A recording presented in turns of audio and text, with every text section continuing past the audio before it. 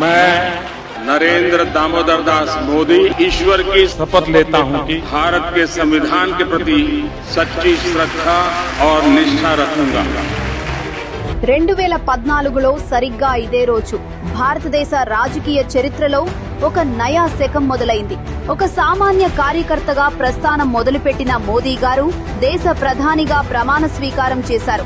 ఈ 12 ఏళ్లలో తన దౌత్యంతో ప్రపంచ దేశాల అధినేతలు సైతం సలాం కొట్టే స్థాయికి భారత కీర్తి పతాకాన్ని తీసుకెళ్లి గ్లోబల్ పవర్ హౌస్ గా దేశాన్ని నిలబెట్టారు.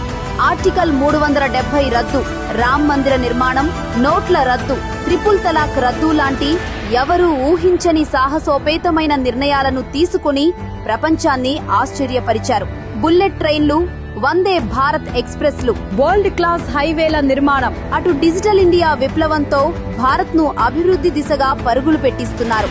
గడిచిన 12 ఏళ్లలో ఒక్క రోజంటే ఒక్క రోజు కూడా సెలవు తీసుకోకుండా నిరంతరం 140 కోట్ల భారతీయుల సంక్షేమం కోసమే శ్రమిస్తూ తన జీవితాన్నే దేశానికి అంకితం చేసిన దేశభక్తుడు ప్రధాని మోదీ గారు. కోట్లాది మంది ఆకాంక్షలను మోస్తూ యువత భవిష్యత్తును దృష్టిలో ఉంచుకుని వికసిత్ భారత్ లక్ష్యంగా దేశాన్ని సరికొత్త పదంలో ప్రధాని మోదీ గారు ముందుకు నడిపిస్తున్నారు.